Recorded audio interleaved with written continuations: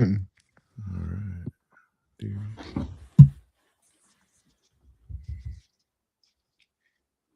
Oh, they're on. Oh,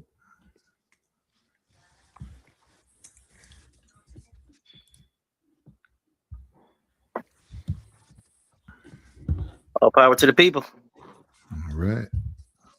Here we go. Hey, Here hey. we are. Welcome to the Stay Brown podcast. All right. Well, I'll let you Right. take it from here.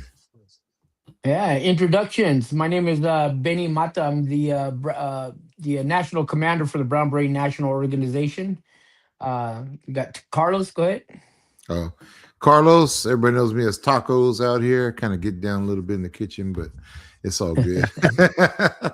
Anyways, thank you. And then we also have, Yusif Miller. I'm the field marshal to the original Black Panther Party of Self-Defense in San Diego County, and the also the field marshal for the Black Panther Party for community empowerment. So, and I'm here in San Diego County as well. I know. Well, welcome. You said welcome. We appreciate you being here and talking with us. We have just a few general questions, and basically this is just going to be for knowledge of people that are out there.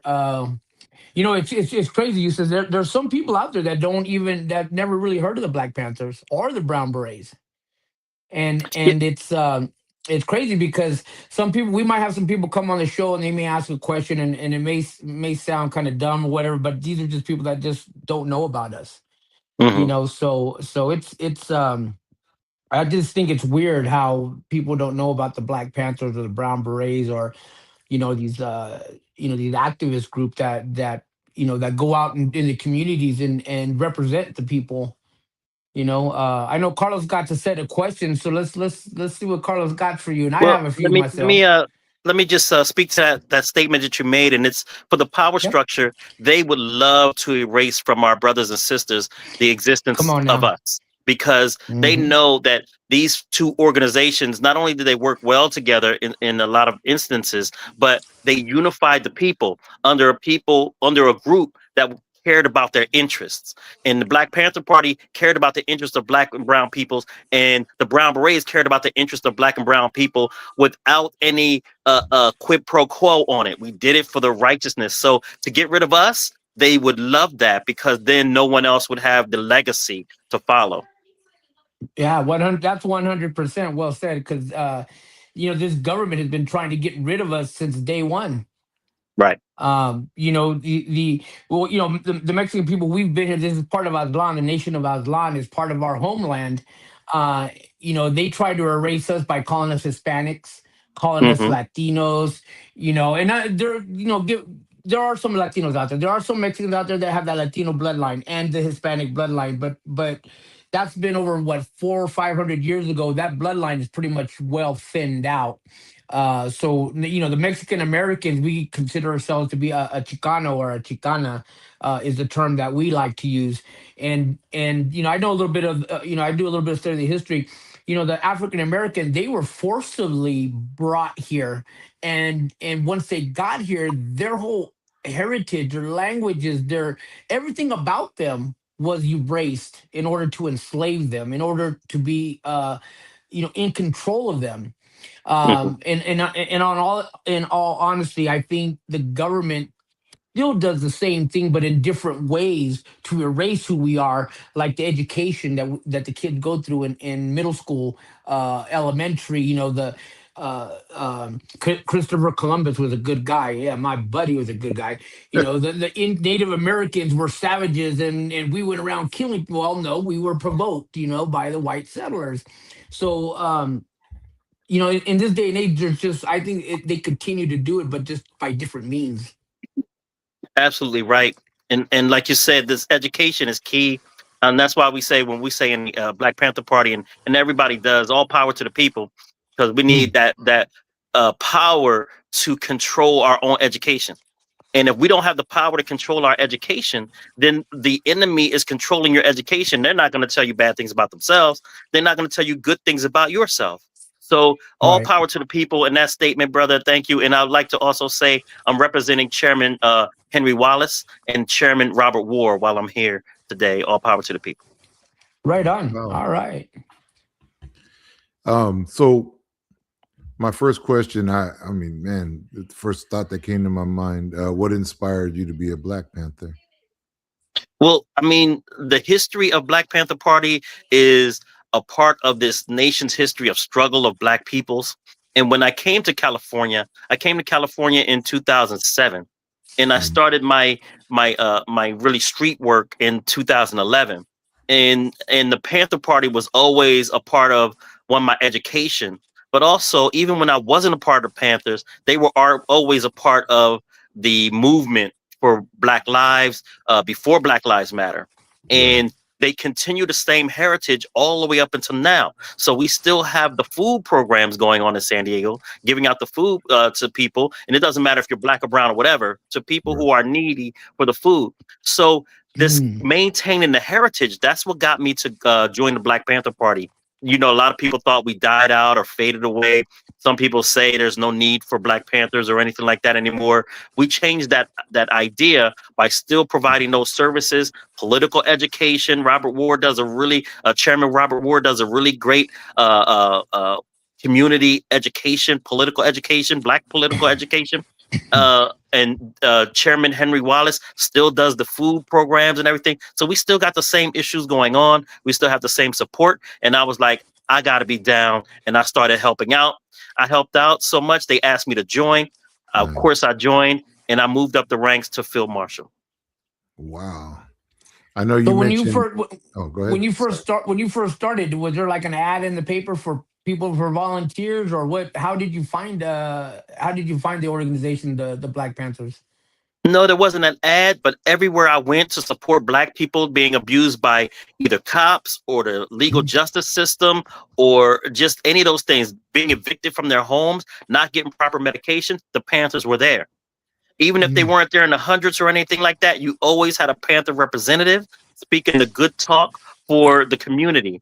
And that's when I was like, those brothers right there. I would go over to them, give them a pound, like, look, I love what you do. Thank you for being here. And it rolled on from there. Right Nice. on. Nice. You mentioned the history. That was going to be my next question. What? How were the? What's the history of the Black Panthers? How was it formed? I know there was a need for a long time, and I'll let you answer it though. But how was a Black Panther Party formed? Well, the Black Panther Party was formed in 1966. They really attached their message on Malcolm X, how Mhm. Malcolm X was for Black empowerment and being militant at the same time about it, not being so much the kumbaya guys, but being really focused on Black empowerment. They weren't racist or anything like that, but they really wanted the more disciplined and militarized kind of in the discipline Mm. people to help out. So we got the uniform, wearing all black, having the 10-point process that we deal with, the hat, the Panther logo, just made it an organization. And then that organization had the freedom of Black people, political prisoners, imprisoned people, the income of Black folks, and the protection of Black folks from law enforcement. And this all started in Oakland, California, with Huey P. Newton and Bobby Seale. And they looked at and studied the laws on policing. And they would throw the laws against law enforcement when they were breaking their own laws and harassing Black people. People were Mhm. getting shot down on the streets continuously in Oakland and other places, of course, but getting shot down. And there was one case where a brother was shot down. They said they feared for their life. We hear that all the time, right? In the streets, in the communities, that Yeah. they feared for their life and they shot an unarmed person. But in this one particular case, the brother, he had all these shots in his chest and he died. And when the medical examiner looked at him, when his hands was at his side, the wounds, the holes were closed. But when he raised his hands over his head like this and surrender, the Mhm. wounds opened up, which means he was shot with his hands over his head, vices being down like this. So then they were like, Wow. look, these people are just executing black people on the street left and right. So then the Black Panther Party started patrolling black communities in a legal fashion. They stood away from the law enforcement and watched him perform his duties, which every citizen has a right to stand a safe distance away and watch them perform their duties. And law enforcement would say, "Get out of here, go home." Say, "I don't have to," and they would recite the laws, they would recite the Constitution, they would recite all of these issues to say we can't go anywhere, we don't have to go anywhere. So they would stand there. But that comes dangerous when you're saying those kind of things to a person who wants you harm and they have a gun. Black Panther Party started arming themselves because in California it was an open carry state. The reason why we got rid of open carry state in California is because of their fear of the Black Panthers, not for the Right. safety or that it was right thing to do. Is because of the Black Panther Party that they did that. Because the Black Panther Party would patrol the communities and they would have their shotguns and their pistols visible, and they would Mhm. watch them do their duties, and they were afraid to make a mistake because they figured it would be a shootout and they would be outgunned. They were terrified. So the Black Wow. Panther Party also wanted to do legislative work because, as you guys know, sometimes you can march on the street and yell, but you need to be be at the discussion table as well to move legislation forward. So we started going to the Capitol here in Sacramento, and at the time, Governor Reagan was the governor. They went inside the Mhm. Capitol, and it was an open carry state, so they went Mhm. into the Capitol with their guns, and that started the whole thing about breaking down the open carry state. They went in with their guns. They didn't break the law. They weren't the bullets weren't in the chamber. None of that stuff. They just Mhm. went in and to watch the hearings, and everything went buck wild. So the state just said, okay, we're going to close this and stop this because we don't want these black guys, basically saying they don't want these black guys being able to protect the black community. And I want to say black men and women, because I don't want to forget our female Panthers That's who right. also paved the way and did a lot of great things. And often we do great man history and we forget great women history, and that's not That's right. right. And we should always try to repair that whenever we see it. So that's basically after that, brother. Um, the cops were trying to figure out a way how to destroy the black army, and they started following us doing the counterintelligence program, COINTELPRO, from J. Edgar Hoover, and they were watching the Black Panther Party. They were watching the Brown Berets. They were watching all of the AIM, the American Indian Indian movement. movement. They were Mhm. watching Martin Luther King and Malcolm X. They were watching everybody. It doesn't matter if you're trying to shake hands with them and kiss them and kiss their boots. They're still gonna dox you and follow you. So they were watching all of us and trying to start issues between the groups because they knew we're a racial and colorized nation. So it didn't work all the time. It did work sometimes. It did, but luckily we came out of that. But we continued the feeding of the children before they go to school because we know today the greatest Yeah. impediment to education is nutrition. So That's when right. kids go to school in the morning and their parents don't have time to either cook their food because they're working 2 or 3 jobs and they got to be up early, they don't have time to cook their food. And if they do have time, it's a substandard food for the big mental load they have at work. They would have these preschool breakfasts, and the families Yeah. can just drop their kids off with the Panthers. The Panthers would feed them, then they would go to school. So this is that type of full national a black nation kind of thinking that you have to feed the kids. You need health care for the kids, so they check blood pressures because black and brown people, our blood pressures through the roof. Our Yep. Mhm. diet is crazy. It is. Our diabetes and all this stuff. So they were doing sickle cell tests and blood pressure tests, making sure people had food and all these kinds of wraparound things. But people only hear about shootout with the cops. That's all they hear. But it was a full program, and we still have that full program today in San Diego County. So that's a brief history. I don't want to take up a lot of time because the history can go a long term. But I just wanted to give you where we came from and what we're still doing today. Nice. Wow. That's yeah, I did some research in up in Oakland. I saw a few pictures of people dropping off their children in a building and the Black Panthers were there feeding them. And they Yes. were welcome in and then they would get on the school bus or they would, go to school and stuff. Man, that was awesome. The time it's 2025 now. Compare the 2025 to when the Panthers first started. What major things have changed, and what are the same? Is that yeah?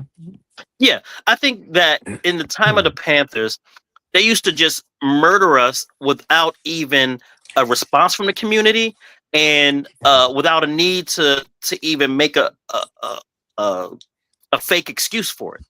You know what I mean? I feared for my life, Mm-hmm. and that's it. Today, they still murdering us on the streets. We still have the Eric Garners and the George Floyds and the Breonna Taylors, and all of our Latino brothers and sisters in our community as well, women and men that they're doing this to. But now there's a community response that comes and matches it, and sometimes calls it out to the highest levels of court, the Supreme Court, and things like this. And I think we're now getting higher payouts, and not that it's about the money, but when you have the courts ruling in your favor, it's something to take notice of.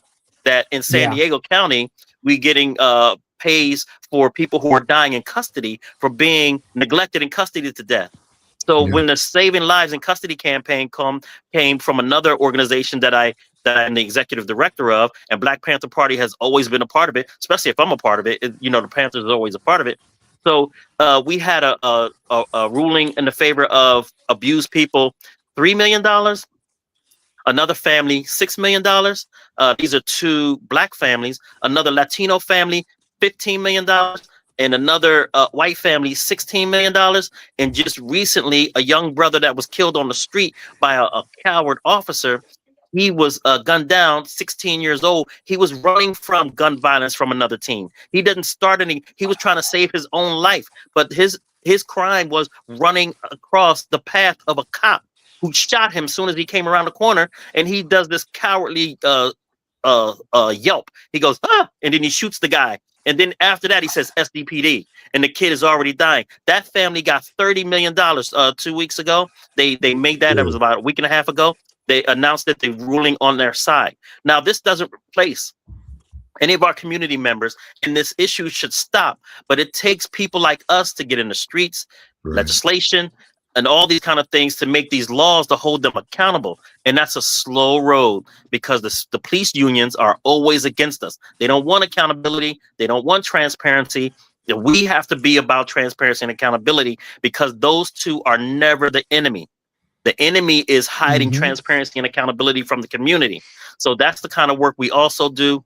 And this is how people get involved. They should get involved in these kind of issues. So I would say the difference is police are still very deadly. They're militarized. They used to go to Israel to be trained in a hostile war environment, and come use those war practices in American cities about against their undesirables, Black and brown and low income families, or low income white families. I want to include them in this. So they go into Mm-hmm. these areas, and they police us like they're in a war zone. They handle us on the streets like we're not even adults, and this Right. was causes the continued tradition. So for those who say what was going on in the Black Panther Party time in 1960s, and that the times aren't now, they are sorely mistaken. It's just the way we present them is more transparent, because we have cell phones. And we learned this but from the great Cesar Chavez, that he said, record everything, bring a camera. They were doing 35 millimeter Mm-hmm. back Yep. then. And he Yeah. was like, take a picture of everything so that you can use it. That was before cell phones. Now we have cell phones, and people are recording it, and they're getting caught more than they were being caught in the time of 1966 and so on. So technology has changed it. The availability of the information was going on about Black and brown people reached a wider community, but the necessary issues are still here. And I'll close the question with this: is that Malcolm X said, when he changed from Malcolm X to Malik Al-Haj Shabazz, when he came back, he said, are you still going to let people call you Malcolm X? He said, absolutely. He said, as long as the conditions exist that created the X in my name, people can still call me Malcolm X. And those conditions still exist today. So sometimes I call him Malcolm X. Sometimes I call him Malik al-Haj Shabazz. I'm Muslim. Sometimes I call him Malik al-Haj Shabazz. Sometimes I call him Malcolm X. And I'm not disrespecting him because he said, as long as the conditions still exist, you can use the X. And the conditions still exist from Black Panther Party. The conditions still exist from Malcolm X. Right, right. Do you see history repeating itself constantly? Constantly.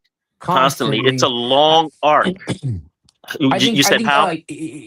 I think history constantly repeats itself. I think just looking over the years, it's just it changes a little, but it's still the Hmm. same. Still the same. Back in Right. the '60s, and a lot of people say that the Brown Berets and the Black Panthers are not needed because of people believe that. It's funny. People believe that racism doesn't exist in the United States. Yeah, that's a crock of crap. Uh, Mhm. but back then in the '60s, it was almost legal to beat up on a person of color because Hmm. people were getting away with it, and nobody cared. And now we're in a time in our lives where it seems like it's the same thing, but they get more support from the government as far as like not being transparent. They got the body Hmm. cams. Oh, if my body cam wasn't working, Right. they're supposed to have, in my opinion, they're supposed to have, and some cities do have that, a citizen, what do you call that, Carlos? A citizen where they A citizen like, review board, like yes, oversight boards. Yeah, the Yeah, oversight police boards, oversight yeah. board. Yeah. I we mean, have that in San Diego. we should have that, but they shouldn't be ex-police officers. They shouldn't be related. They should just be members of that community, Yeah. you know. And then back then, they would beat the crap out of everyone. I know, like in the '70s in Compton and some of the other neighborhoods in the barrios, the sheriff's department they would tell the sheriff's department, your job is to go to these neighborhoods, black communities, brown communities, and install fear of in them from the law officers, because they were thinking that when they get older, they would have some kind of respect for them, Mm-hmm. and that backfired on them. Like Mm-hmm. NWA came out. They didn't Yeah. they didn't back down. It created the resistance. Mm-hmm. It helped push the resistance, and it put it in a bigger spotlight than what it is. And now going back to where people say there's no racism, the average person who gets shot on the daily is a person of color. you That's know right. uh uh Mhm. and the court system, they say, oh, it's broken. It's not broken. It's designed to hold the black and brown brother behind bars. It's not designed for us. Mm-hmm. It's designed to hold us in prison. I mean, we're guilty because of the color of our skin. That's right. As a you Mhm. matter know of fact, uh brother, are both of you in San Diego County? Mhm. No, I live, actually, I live in Arizona, but I also have a house in Vista. Okay. So And I do go down to San Diego quite a bit. awesome. And the reason Um, why I'm asking is this: I'm mhm. not trying to put your information out there. What I'm trying to say is, for San Diego history, in the 1990s, a Black Panther, um, his name was Sagam Penn Jr. He Mhm. was accosted by law enforcement, and they beat him, and they were using racial slurs. He got their batons from them, and he was a martial artist. He whooped that butt. He whooped them up. Then he got their Right. gun and he shot one of them. And then another bullet hit the ride along person, this white lady in the back seat. Then he jumped in the car, took the car, and went home. His father told him, "You got to turn yourself in," which that's like, wow, that's out there. So they went together to return the car, and go Mhm. in. Then the courts had to happen, right?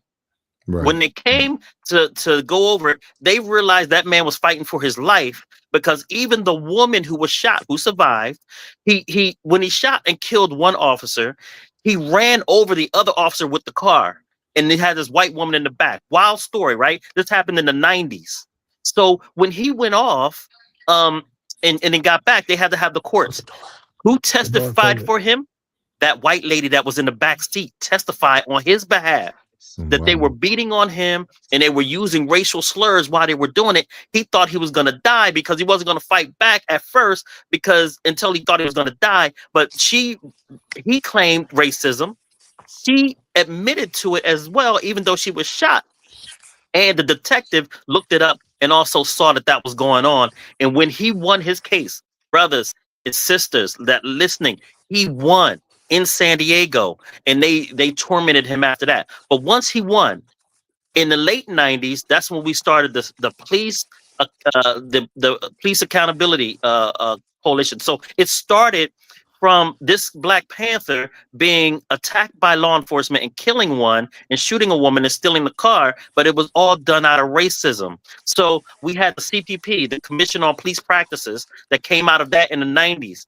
Then in 2000, we have the Civilian Law Enforcement Review Board that oversees the sheriff's department because they have two different chain of commands, right? Yeah. But this all started from a Panther in the '90s that had this happen to them. So now we fast forward a little bit to I think it was 2016 when there was a Latino brother in Vista. You was talking about Vista, brother. In Vista, we had uh, uh, um, the name will come to me, Jonathan Cornell, who was killed by Vista Sheriff's Department. And we also had another brother who was killed in Vista. The name will come to me in a minute. And the Vista Sheriff's Department didn't wear video cameras on their chest, the body worn cameras. So they killed these guys, even though witnesses say they were unarmed and they didn't attack them. They didn't have any weapons on them. We believe since one guy ran, they killed him for making him run. That's what we believe, right? And and there was a neighbor who saw the other guy when he had his hands up that he didn't have anything and they killed him. But we couldn't prove it. These guys are dead, and now it's versus the sheriff's department because of these two killings. Now the sheriff's deputies, they have to wear body worn cameras in sheriff's department in San Diego County because of our Latino brothers who sacrificed their life for this. So when we look at it, we see all the advancements on the policing to protect the community came through Black and brown hands because we were the ones who were being over policed. Mm-hmm. I think I remember those two stories. I was in. I think I want to say I was living in North County when when that all went down. Yep, I was right in the front of So that. With Jonathan Cornell's family and Sergio Wick was the other brother. Jonathan Cornell yeah. and Sergio Wick. And the thing to make it worse, they were both killed by the same officer 10 months apart, one block from each killing site. Wow. So it's Now that just isn't, if that isn't like a tall tale sign of maybe someone should maybe take their badge and get their gun taken away. You Right. know, mhm, that's that's right. crazy. What do you think about the police department? What they could do better as far as recruiting police officers? I mean, I know like in certain countries, you can't even carry a gun until after a year of police training. Because here in the United States, I think it's like 3 months, 6 months, something like that. Mhm, But it seems to me like they need more training, more of a deeper background check on people because I think these are a lot of these guys that are being police officers are people who were bullied, maybe, mhm, and they've got like a chip on their shoulder, like they want to, be an authority or something. I'm gonna show you, type of thing. mhm, Um, I mean, I've always, this. So I have a couple of cousins that work in the sheriff's department here in San Diego, and he was telling me one day that um the police officers have an unsaid rule in the locker room, and that unsaid rule is, you cover each other. You yeah, know, a dead witness can't talk. So if you're gonna shoot, make sure you shoot to kill, right? Because he can't come up against you or anything like that. And when he was telling, we were talking about this. I was like, man, that's just, it just tells me that the police officers in itself is a gang. It's a legalized mhm, gang to carry a weapon absolutely. and a badge and if they don't like the way you look at them, they can pick anything in the book to come up and talk to you. You know. That's right. But what you said earlier about the Panthers learning their rights, the laws and the constitutions.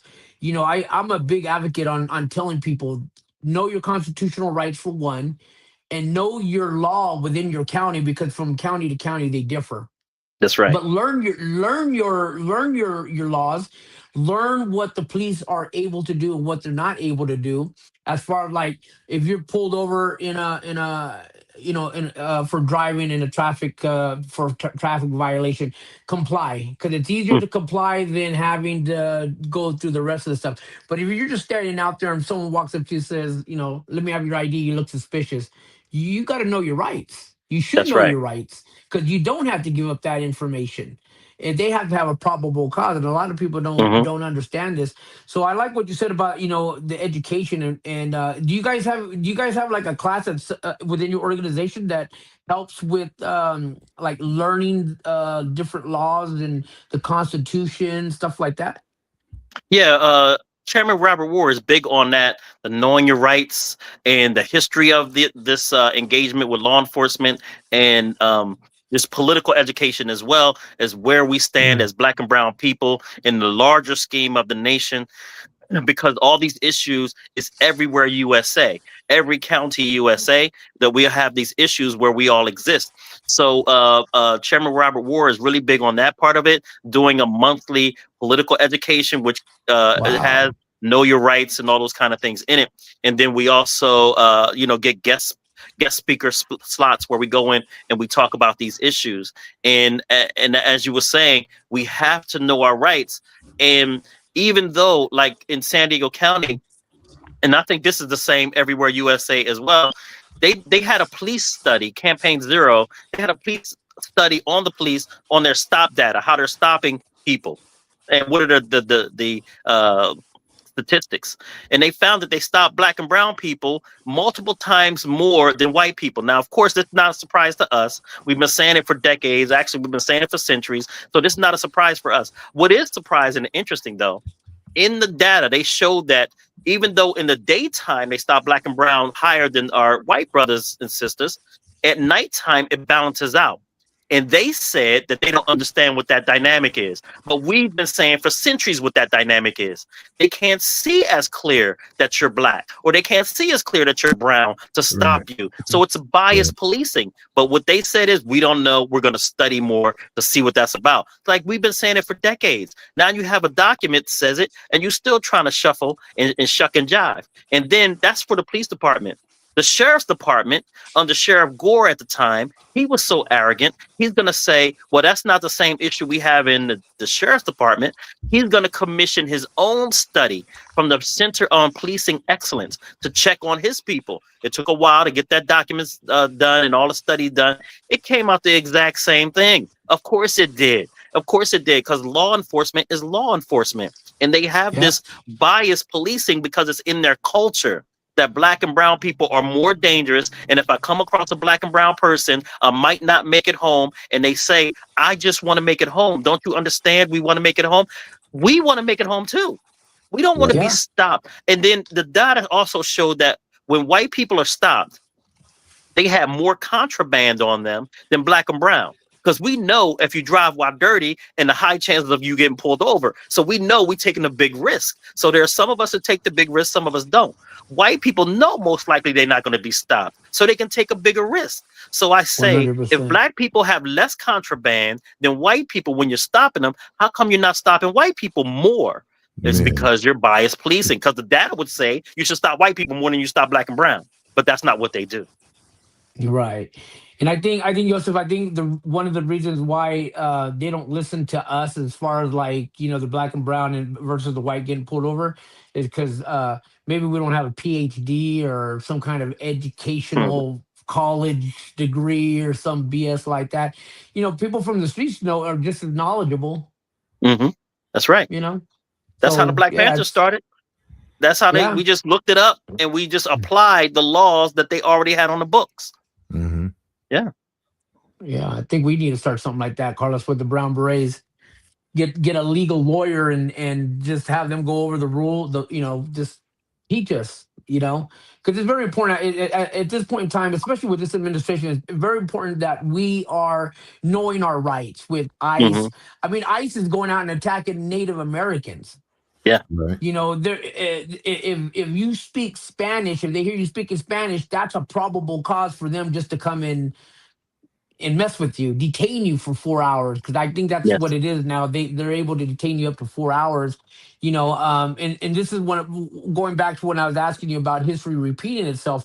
You know, back in the 20s we had Operation Greasers. Back Mm-hmm. in the 40s we had Operation Wetback. You Yeah. know, and then we Yeah. had the Zoot Suits riots. And this is where the government tried to take all the Mexicans and they shipped them back. You know, over 1 million people shipped them to Mexico. Now these were citizens. These were people who Mm-hmm. had birth certificates and social security cards, people who had businesses, houses, farms, Veterans. and all that, Mm-hmm. veterans, and they shipped them all back for just because of the color of their skin. Mhm. That's right. And they never had a chance. Some of them never had a chance to come back, and but by that time their houses are gone, their jobs are Mm-hmm. gone, Yeah. their businesses are gone. This You know. repatriation act that you're talking about, the name of it is the Repatriation Act. I always Mhm. say when I discuss that, how they took those people of Latin descent. Some of them weren't even Mexican, and they just dropped them all off into Mexico. Some of Yeah. them didn't even speak Spanish because they were American, born and raised, trying to fit in, and they didn't. Right? They Yeah. sent them all over there. I personally believe that because of this issue, our country should make it easier for people from Latin countries to come back if they can prove that their families were part of this Mexican repatriation. Because now you took an Mm. American citizen, you put them in Mexico, and they went to wherever, and then they had children over there from this wrong. So I think to correct this wrong, they should make all descendants of the Mexican repatriation easier to get their application done and come in because we Right. did that to them. I know it'll be a hard search, but it's worth it. For Yeah. families to look in your background, were your family kicked out during the 1930s when it happened. So, was your family, did they do this wrong to your family? And then you have all these generations. I think we should make amends with that and let the children of the Mexican Repatriation Act come in a smoother route than everybody else. Take 10 years, 7 years, 5 years. No, we should make that really easy to make up for what we did to their grandparents. Yeah, absolutely. But unfortunately, my personal belief is this government is not willing to say, "Oh, I'm Yeah, sorry. yeah, We messed up. Come on back, and here's the business that we took, and here's the houses that we took from you, and Right. mhm. the cars, and I don't. This country, this government has never been really good at stuff like that. The darker you are, the Unfortunately. less they're gonna give you reparations. The darker you Mhm. are, Yeah, yeah, there's Yeah. there's over 200,000 illegal immigrants from across the sea, from across the yeah. pond here, and I don't see them. It's my personal belief is I agree getting all the bad people out of here. If you're here illegally and you're in a gang and you're selling drugs and you're shooting up people and you're committing yeah, let's go ahead and move those people out. But the ones that are here that are really trying to change their lives out in the fields working 14 hours a day in the blistering sun and Mm-hmm. not saying, "Hey boss, where's my raise?" or not even complaining, Mm-hmm. people who are in the hotel industry, people who are out here hard working and trying to live the I'm not even going to say the American dream because we have three continents that are the Americas, but Right. trying to live the United States dream, the white picket fence in the house and all that. There's a lot of good people that got picked up and sent back, and these were people that yeah, okay, they came here illegally, but they paid their taxes, and Mm-hmm. they don't get no Medi-Cal, they don't get no SSI checks at the end of the day. They poured billions of dollars into the economy. Mhm. um that's my 2 cents. The bad Yeah, guys, yeah, we don't want them here. Come somewhere else, go somewhere else and do that business. We want to keep America safe, obviously, but the good people, we got to do yeah. something. But They're the I real think, Americans. Those yeah, good yeah, people who came in and just they providing for their families. They're giving to the economy. They're not causing any trouble. But when Trump is talking about removing the gang members and all that kind of stuff, and then when the rubber meets the road, all you see is grandmas and grandpas, aunties and uncles, and come kids on in now. elementary school being rounded up, and Right. maybe a gang member here, a gang member there. So that was just the excuse to start getting rid of our brown brothers and sisters who Mhm. are here doing the great work, the great neighbors, the supporting neighbors. You know what I mean? That's what we have. My wife, she's from Dominican Republic. And although she's a citizen now, it doesn't matter. She doesn't carry her citizenship with her, right? And because she speaks Spanish, they might just go ahead and throw her in. Then as I was telling her, make sure I know where your documents are because I might have to come get your ass. You know what I mean? So Right, to right. to go ahead and let me know where they are so I can go ahead and fix that stuff up. So it impacts my life too. The way black and brown brothers and sisters, we've been family. We've been family forever. And it impacts all of us. And if it can happen to uh uh our Latino brothers and sisters, or Latinx, or whatever you want to call by our brown brothers and sisters, and it can impact our black and brown. My kids are Afro Latino, so if it can also affect Afro Latino kids, now what about Haitians? Right? How they gonna say I'm not a Haitian? And how can you say I'm not a Cuban? How can you say Right. I'm not a Puerto Rican? We all have these looks because of the slavery history. So Right. Yeah. nobody is safe, if they're looking for somebody. And I was born and raised in Pennsylvania, but they can still lock me up and be like, no, I think you're this or that or this or that. So, and it's going to take some time, but the violation of my civil rights was already done. And like you're saying, Yeah. brother, with the history repeating itself, when I give my talks, so I get invited to give talks at some of our anti-ICE rallies here in San Diego, and I tell people, don't you dare act like this is the first time you've seen this type of racially motivated rounding up of people, because in the 1850s, they did the same thing to the black people who escaped from slavery in the South. And they were Mhm. looking for any black person, whether you were escaped slave or born free in the North. They was just rounding people up and sending them down south into slavery, even if they weren't a slave. And they were only looking at the color of their skin and how they spoke, broken English or good English or whatever. They're just rounding you up. And this is in 1850s. And here they come again doing the same things now, which is racially profiled. But instead of sending them to this imaginary, they're all imaginary borders, the Right. southern border, at that time, the Mason-Dixon line into the slave South. Now they're using this southern border that we have with Mexico to bring them over there. So it's the same unconstitutional, government-supported militarization of people based on the color of their skin and their ethnicity that we're seeing over and over again. So we're all in the same fight. At every ICE rally should be a ton of black folks, and at every black abuse of people, the law enforcement of black people, should be a ton of Latinos as well, our brown brothers and sisters, so that we all realize we're all in the same fight. And I've been seeing that actually. Every time we have a Black Panther event, we have the Brown Berets there, and every time the Brown Berets have an event, they call us up there. And I went to Mhm. Chicano Park, and we had our formations side by side, black and brown berets and black berets, and it was beautiful, beautiful. You saw all these black berets, and you seen all these brown berets, and we're in formation, standing there side by side. I'm the field marshal, so I'm outside of the formation, just looking around, making sure everybody gets to where they need to go, and all this kind of stuff. And we did a little procession and a march through the event. It was a big event in Chicano Park, but the beauty of that is something that we need to see in both of our communities, so that they don't try to separate us, saying they're over there, they're getting some benefits that you're not getting, so you should be mad at them, or vice versa. This is the old divide and conquer, and we can't Yeah. fall for it. And that's why I bless you and thank you guys for even having me here to have a talk, because this black and brown unity has been what has been saving us for a long time. As you see, I brought up Cesar Chavez, and I bring up these Latinos that are also doing these issues, because it's all of our issue. We're family. Yes. Yeah.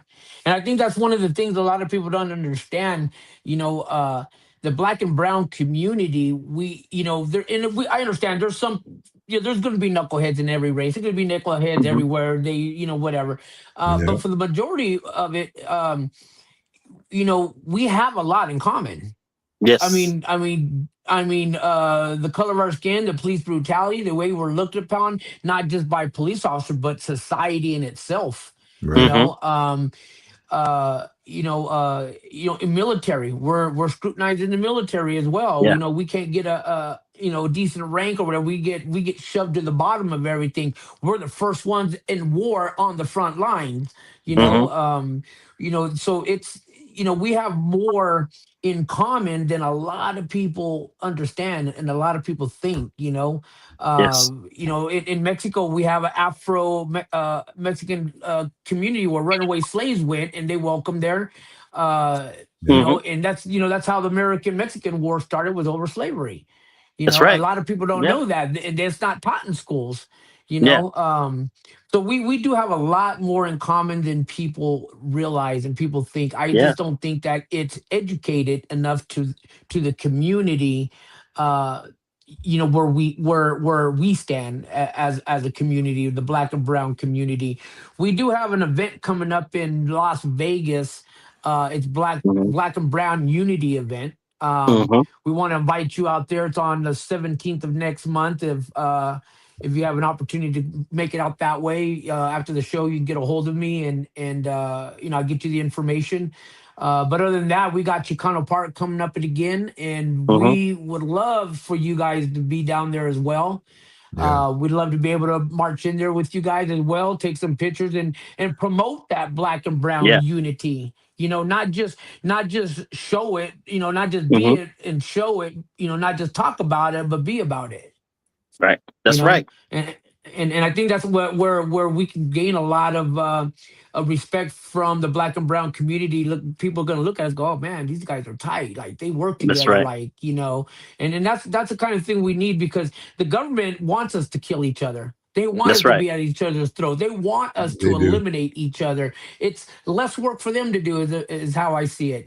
Hmm. Um so Brother, yeah. Go whenever ahead. I teach about Juneteenth, the Oh yeah. African American holiday, I always tell people you can't talk about Juneteenth, or I never talk about Juneteenth without talking about Cinco de Mayo. A lot of people don't understand what Cinco de Mayo played in the freedom and the ending of the Civil War. A lot of people have no idea that our Mexican brothers and sisters in the first Battle of Puebla, because they defeated the French, who, according Hmm. to scholars, they were trying to come in and help the South win the Civil War, but they were stopped and paused by our Mexican brothers and sisters, or they would have came in and possibly the South would have won the Civil War.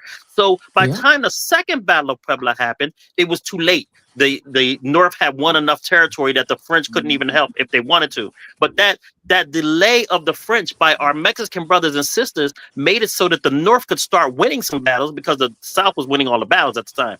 And Hmm. that made the whole issue, it played into the Civil War. So when I talk about the Civil War and Black freedom and Black liberation, and I start talking about Mexico, people are like, why are you talking about Mexico? We're talking to American history or whatever. No, you just don't know what our Mexican brothers and sisters did that contributed to that. And I say every Black person should celebrate Cinco de Mayo because of what it did. And I think every Latino should also celebrate Juneteenth. We should both be celebrating both of those things. And it doesn't matter if they celebrate it in Mexico or not. It doesn't matter if they celebrate Right. it in South or Central America or not. It doesn't matter. So we need to celebrate it because it had a direct impact on the results and the timing of the Civil War. So these kind of things, whenever we see an opportunity to celebrate together, take it.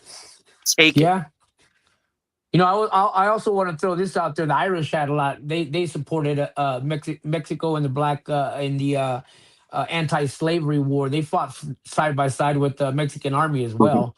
Yeah. That's So right. Yeah, yeah, the Irish did. Shout out to the Irish. that's right. Oh, I like Lucky Charms. Yeah.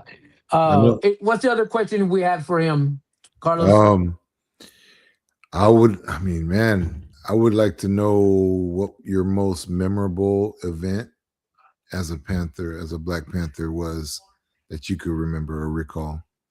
Well, there was one lately that we're really dealing with.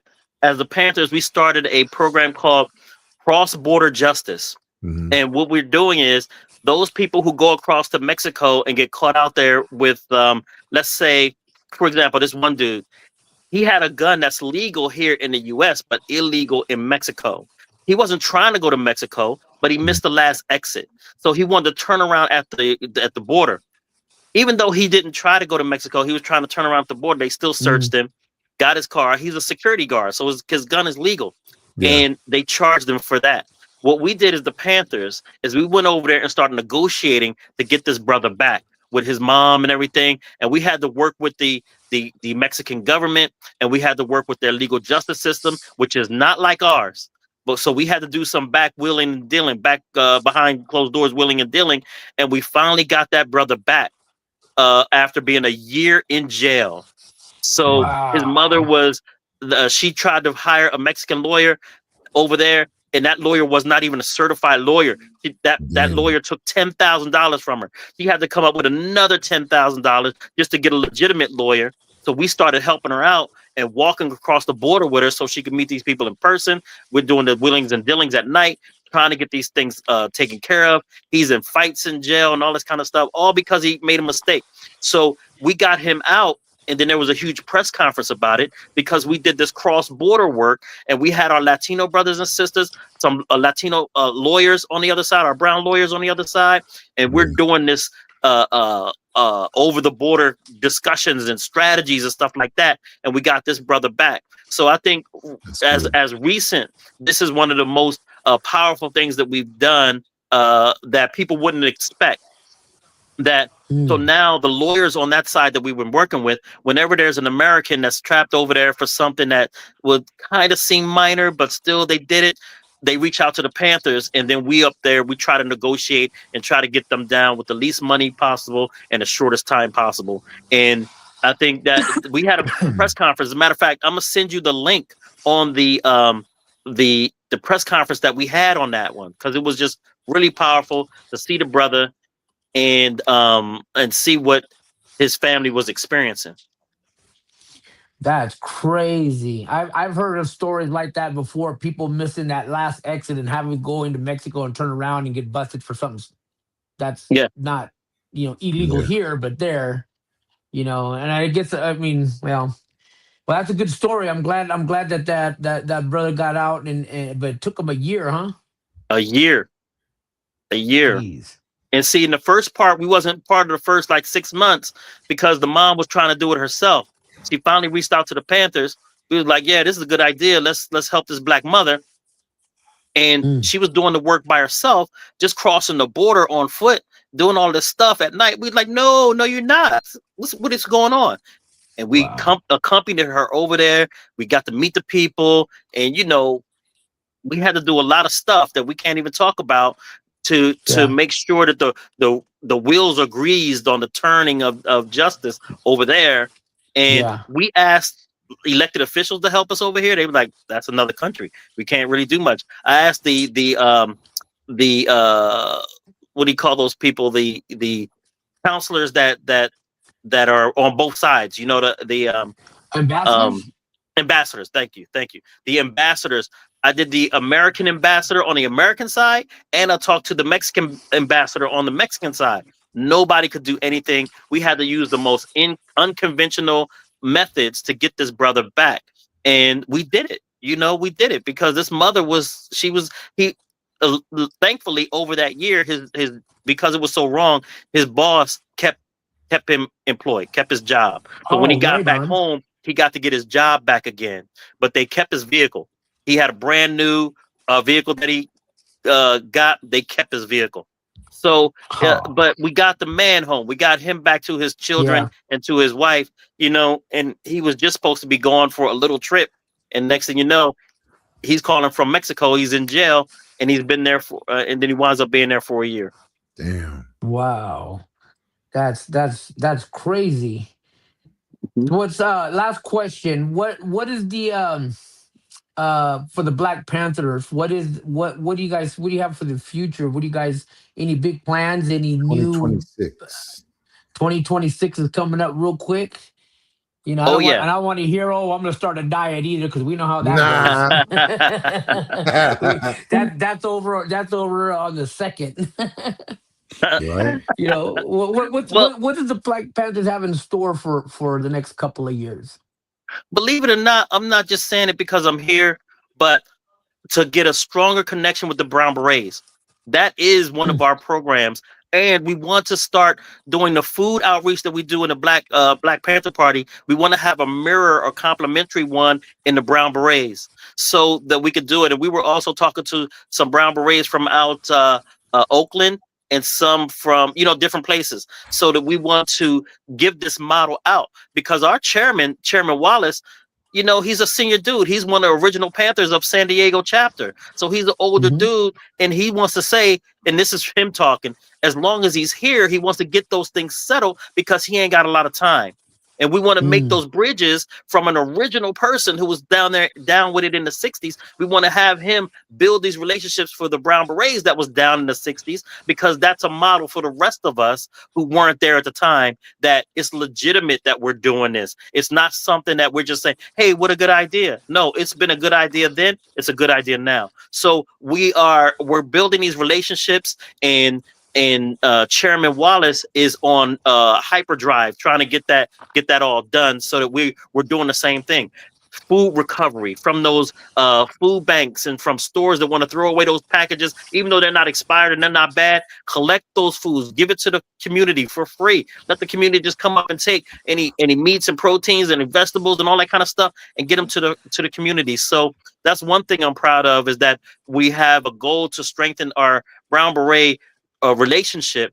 Two, we want to increase the work that we're doing on the cross-border justice. A lot of other families reached out to us after that man had his issue, and we're trying to increase that relationship across the border to smooth that process out for people who go over there and do things like that, and also with recruiting and education of the community. So we're trying to make sure that those programs that we talked about, the political education, know your rights, and things like that, we want to spread that out to the colleges and universities, and also to the community centers, on how people should know and how they should activate. And like Brown Berets and like the Black Panthers, we need numbers. We need people to Yep. really do this thing and come out and do the work with your hands and feet. So we want to grow our population. So we have things like that are going on. And also, we're trying to make a legislation that makes it harder for people to miss that last exit. So we want some flashing signs and all these kind of things that say, and at night, and those glowing kind of things on the street to say, this is your last two exits. You need to get over in the far right if you're intending to get off, because that's what the problem is. People are on the far left, and they can't get over because people are backed up trying to get into Mexico. So now you're trying to Yeah. not go to Mexico, and you can't get in because nobody's letting you in. So we're Mhm. trying to get a legislation that puts some funding in, really letting people know you're crossing the border, and if that's not what you're trying to do, these are your last chances. And I think that's where a lot of people are hung up. So we have legislative issues that we're working on, community issues that we're working on, international, because we're talking about another nation that we're Yep. working on, and building bridges. We already have the bridges built, but we want to make a stronger bridge between Brown Berets and us, because that's where we're supposed to be. That's right. I agree. Well, the Brown Beret Yeah. National Commander for Brown Beret National Organization, you do have our full support, and I would encourage you to keep in contact with Eddie. Eddie is one of our generals. As you know, he was the national commander for the organization. He recently stepped back and presented it to me. Mhm. And I'm still learning. We're all learning. I take this Yeah. position humbly. I don't sit here and bark at people. I don't claim to know everything. But yeah, we do welcome. We want to work together with the Black Panthers, and it doesn't even have to be the Black Panthers, but the Black community in Hmm. a whole. We want to spread that love. We want to spread that unity, and just let people know, whether they're even the European Americans. I like to call them European Americans. I like to call the European Americans. We show them some love. Yeah. You're I mean, being we're not nice. we're not racist. Yeah, we're not racist. But we Hmm. do care, and we love the color of our skin. We love our heritage. We take pride in it. And I encourage that for the Mexicans, the Chinese, the blacks, the whites, everyone. Be proud of who you are. we're not a racist, organization. We'll help you No, just as much. Although we focus on our community, but if you need some that's help, let right. us know. We'll help you out. We'll throw, and I think that's one of the biggest thing too, because people look at us and go, oh, they're a black, oh, those guys up to no good. Look Mm, at those Mexicans over there. No, Yeah. it's we try to do the best that we can in the communities, and that's working right. together is the best way to do it. Right. I reached Getting out to get the get. White Panthers from the 60s. There was the Mhm. White Mhm. Panthers. I reached out to one of the living original White Panthers and make a connection because, like you said, we're not racist. We're not racist. Yeah. She's still living. She's pushing, in her 80s and stuff like that. And I'm just proud to know her. But I call her and you reminded me, brother. So thank you for that. I need to call her and check up on her, because she's in like Yeah.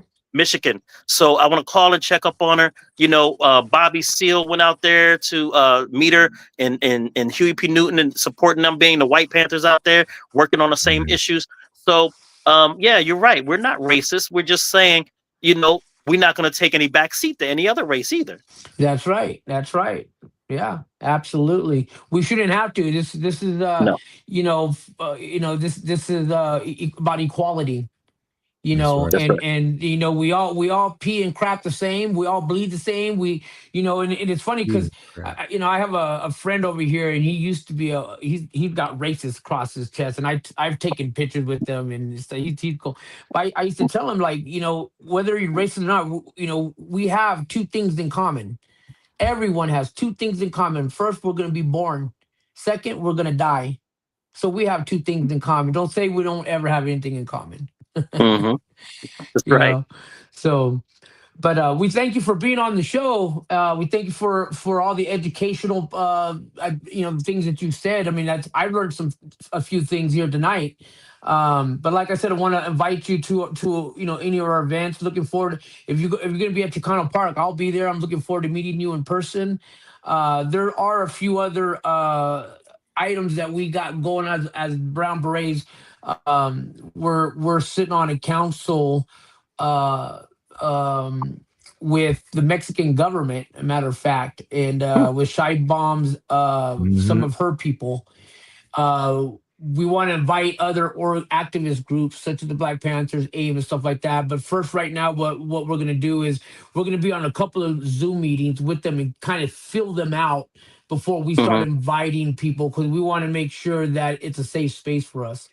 Right. That we're going to be able to be there and voice our opinions, and those opinions are going to matter, not just because they need a coalition of people there. Hmm. So I'll have Eddie get in touch with you soon.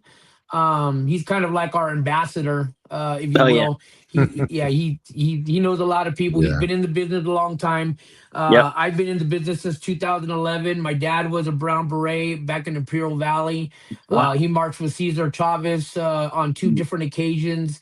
mm, The last one, when he marched from Mexicali to the state capitol, my dad's formation was their personal bodyguard from Mexicali to Casablanca, where another Brown Beret organization took over and marched with them, and that was a long march. But yeah, it's a long history of Brown Berets in my family of oh wow. activism. So Mm, very proud of that. My dad just passed away in August. He passed away as a Brown Beret as well. So mm. it's just a good legacy to fall into. My dad used to tell me, just real quick, my dad used to tell me, don't fill my shoes, because you can't. You got to fill your own. Awesome. And Yes, one of the best advice that I've before he passed, fill your own shoes, make your own path. that's Right. right. So, Beautiful. well, with that said, man, we thank you again, and I'll have Eddie B reaching out to you, getting in touch with you. Thank you for being on the Mhm. show, man. Maybe we're gonna get you back on the show again, probably in the next couple of months, and see how you are, see what's going on, see what's cracking. Once we're out here, we kind of like to be ourselves every once in a while. Oh yeah. So, a good way to break the ice. Yep. It'll be my pleasure, brother. All right. Well, it's great having you, Yusuf. You take All care. power to the people. All power to the people. Thank you. And And thank you. we'll see you all next week. Same time, same day. Thank Same you. bat time, same bat day. That's right. Right.